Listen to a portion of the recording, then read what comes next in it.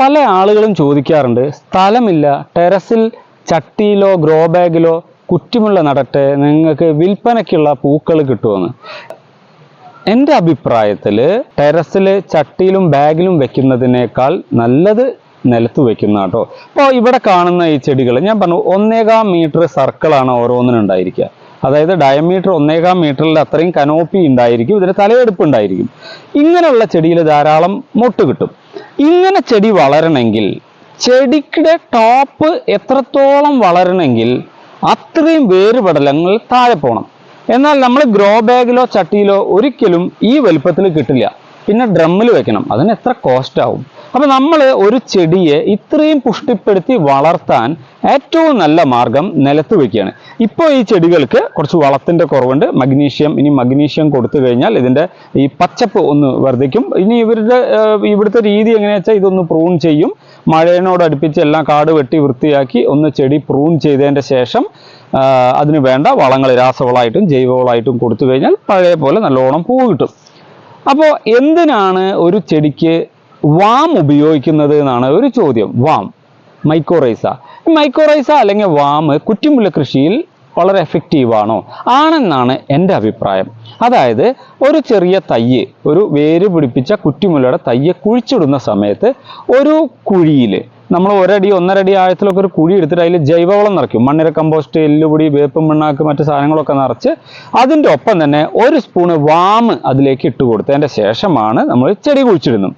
അങ്ങനെ ചെടി കുഴിച്ചിട്ടിട്ട് ആ കുഴിയിൽ മൂടിക്കഴിഞ്ഞാൽ ആദ്യത്തെ നന, മഴയുള്ള സമയത്താണെങ്കിൽ, മഴ കുറയുന്ന സമയത്താണെങ്കിലും മഴ ഇല്ലാത്ത സമയത്താണെങ്കിലും സീവീഡ് എക്സ്ട്രാക്ട് ജെല്ല് കൊണ്ട് ഒരു നന കൊടുക്കും. ഇനി ഇത് കിട്ടാൻ ബുദ്ധിമുട്ടുള്ള ആളുകളാണെങ്കിൽ പഞ്ചഗവ്യം, ജീവാമൃതം പോലത്തെ സാധനങ്ങൾ കൊടുക്കും. എന്തിനാണ് ഇത്തരം സാധനങ്ങൾ കൊടുക്കുന്നത് എന്ന് ചോദിച്ചാൽ, ചെടിയുടെ ചുവട്ടിലുള്ള ആ വേരുപടലങ്ങൾക്കിടയിലുള്ള മണ്ണിൽ ജൈവ സമ്പുഷ്ടമാക്കാൻ, അല്ലെങ്കിൽ നമുക്ക് മിത്ര അണുക്കൾ, ബാക്ടീരിയകളും ആവശ്യമുള്ള മറ്റു അണുക്കളൊക്കെ വരാൻ വേണ്ടിയിട്ട് നമ്മൾ ഈ ഇപ്പോൾ പഞ്ചഗവ്യായാലും ജീവാമൃതമൊക്കെ കൊടുത്താൽ നല്ല മണ്ണ് സമ്പുഷ്ടമാകും, മണ്ണ് റിച്ച് ആകുമെന്ന് പറയാം. ഇത് ഈ വാം കൊടുത്താൽ വാമിന്റെ പണി എന്താണെന്ന് നമുക്ക് നോക്കാം. വാം അല്ലെങ്കിൽ മൈക്കോറൈസ ഇവിടെ ഈ ജൈവവളത്തിൽ കൊടുത്തിട്ടുള്ള ഈ ചെടിയുടെ വേരുപടലത്തിന്റെ ഇടയിൽ പ്രവർത്തനം തുടങ്ങിയിട്ട് വേരിലേക്കും അതിന്റെ പുറമേക്കും ഒരു പ്രൊട്ടക്ഷൻ നൽകും. ഈ പ്രൊട്ടക്ഷൻ എന്താണെന്ന് വെച്ചാൽ, ഈ ചെടിയുടെ വേരുപടലത്തിന് ഉള്ളിലേക്ക് വരുന്ന ചെടിയെ കേടാക്കാൻ സാധ്യതയുള്ള മറ്റ് അണുക്കളെ അല്ലെങ്കിൽ മറ്റു ബാക്ടീരിയകളെ, മറ്റു സൂക്ഷ്മജീവികളെ ഒക്കെ തടയാൻ ആർക്ക് കഴിയുന്നുണ്ട്? വാമിന് കഴിയുന്നുണ്ട്. അതാണ് വാമിൻ്റെ ഒരു പ്രത്യേകത. ഉള്ളിലേക്ക് വരുന്ന ഒരു സെക്യൂരിറ്റിയാണ് വാം. അതിലേക്ക് വേറെ ഒരു തരം ആവശ്യമില്ലാത്ത സാധനങ്ങളും കയറാതെ പ്രൊട്ടക്ഷൻ കൊടുക്കും.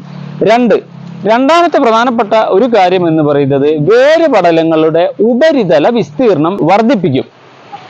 വാം വർദ്ധിപ്പിക്കും. ഇങ്ങനെ മനസ്സിലാവും, വേരുകൾ ചെടിക്ക് ധാരാളം വരികയും വണ്ണമുള്ള വേരുകൾ വരികയും പറ്റുവേരുകൾ കൂടുതൽ വ്യാപിക്കുകയും ചെയ്യുമ്പോൾ ചുറ്റുപാടുമുള്ള എല്ലാ ജൈവവളങ്ങളെയും രാസവളം എന്ത് വളമാണെങ്കിലും അതിനൊക്കെ ഈ ചെടി വലിച്ചെടുക്കാൻ തുടങ്ങും. അങ്ങനെ വലിച്ചെടുക്കുമ്പോൾ വേരുപടലം എത്രത്തോളം പടർന്ന് ചെടി വലിച്ചെടുക്കുന്നോ അത്രത്തോളം ചെടിക്ക് തലയെടുപ്പ് ഉണ്ടാവുകയും ചെയ്യും. ഇപ്പൊ വാമിന്റെ ഗുണം നിങ്ങൾ മനസ്സിലായോ?